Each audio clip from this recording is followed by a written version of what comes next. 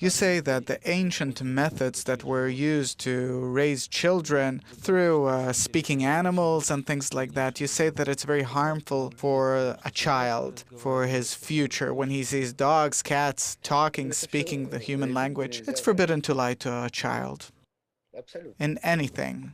But you have to give him a small portion of something, not to lie, but to give something. A cat or a dog doesn't speak the human language. There are plenty of such films. Yeah, they talk. Today they make also such movies for grown-ups. A speaking pig? Pig, okay, but it's... and they show how even some alien comes to some family from another planet and he lives with them and so on. There are different such movies. It's all for a child. It's unperceivable. A child doesn't have the fictitious world and the real world. He has only one world. And thus it seems to you that by that you make his world a more fun place, more understood. Actually, you bring him, you introduce him to the world of lies. He doesn't have the right perception of that which surrounds him. He has nothing else. He looks at it and says, oh, so this is how it is, and that's how that is, and he remembers that.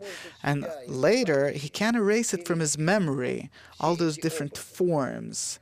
Speaking birds, animals talking, that's the better scenario, or something else. You have to give them the right forms, the truths of our world, and only the truth. If we're talking about the right education, the right upbringing, it's not at all what we're doing today. Our child upbringing is built on mythology. It's built on some unrealistic perceptions. When people thought that animals, birds, flowers, trees talk, the sun, the moon, they interact somehow, the stars speak between themselves and all that influence a person, and somewhere inside a person there is living this demon or something that you have to calm down, and under your stove there is some witch that you have to give her something so she won't do anything to us. And before your wise and educated English, well-mannered English, like before they move to some new house, you have to like enlighten the house. What else do you have to do there? In short, you have to clear it of spirits. They have whole businesses doing that. They come to your house, to your empty house before you move there, and they calm down and convince the spirits. It's very official, like with cockroaches. Everyone uses it. No, it's not like killing cockroaches. It's specifically so. I was in England, and I investigated it purposefully. I didn't go for that reason to England, but I investigated it. It's really so. It comes from our ancient human childhood, tens of thousands of years ago, and it's incorrect.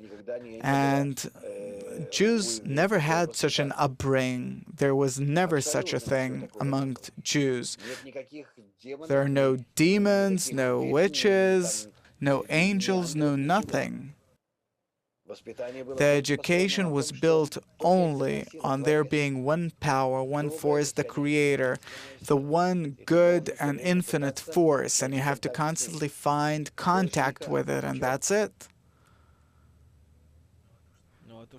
Well, you remember in and you see, where did all these stories come from? All these things, it's all from ancient mythology. It's all because a person didn't know who to bow to and what to do about himself. It all comes from the lack of control. If a person would have had the Kabbalah, the wisdom of Kabbalah in his hand, he wouldn't have done it. You see what your great Aristotle or others write, when a person breathes, because by that he fulfills his soul. Different such things. Look what they write. such foolishness, such miserable people. We consider them to be great philosophers. Look at their philosophy. Well, it gave its fruit throughout. What did it give? It promoted the egoism, and the egoism promoted it, and thus they've developed together. But they've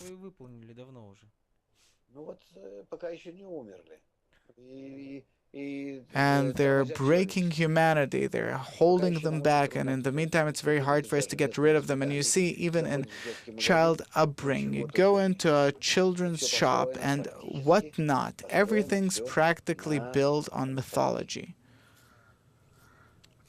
And we have it left for kids. We think that it's useful for them. We grew out of it. We used to be like kids once, and we believed in these different kind of animals, that they exist, and we made images of our enemies or idols or something, and we bowed to them and played with them.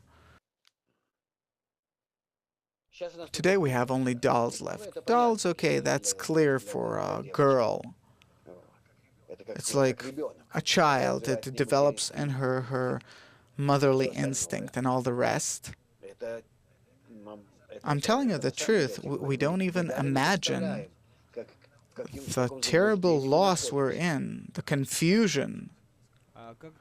Well, what can we exchange all those toys with? Well, boys, nonetheless, they have certain things that they want.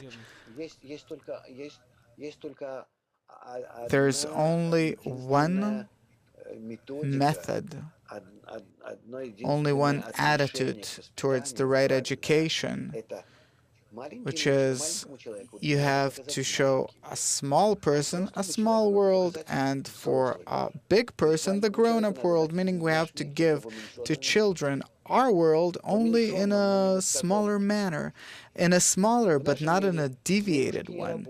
In our world, animals, they don't work, they don't walk around doing things, talking. In our world, everything like in our world, and in the kids' world, it has to be like in our world, only on a smaller scale. That's it.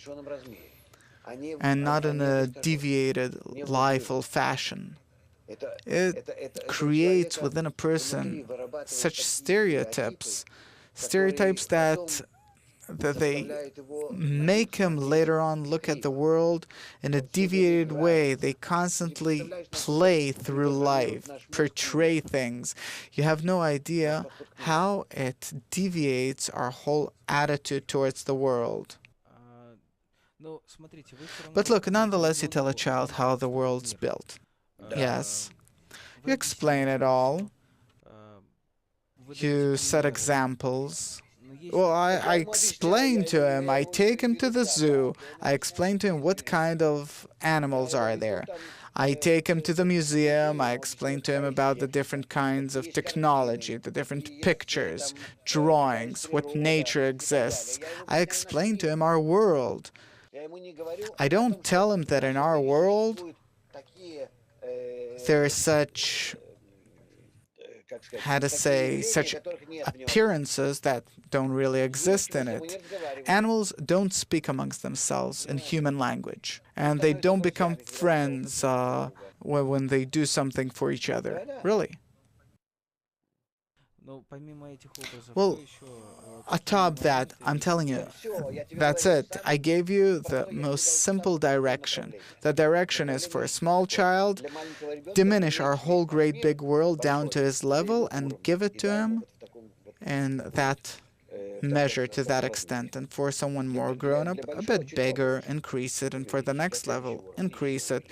Open up the framework, but of that very same world. And that's what the Kabbalists do with us, of course, and the same in Kabbalah. And no one lies to you about anything. No one lies to you. On the contrary, they tell you such a truth that it's unpleasant for you to hear. That's forbidden for kids. You have to speak to them in a balanced fashion. And to you too, it's being brought in a balanced fashion. It says so that you have to give a person only to the extent to which he can withstand it. That's what I'm talking about, that you won't be able to tell us the whole truth. It will be harmful for you, you won't even understand it. Why say it then?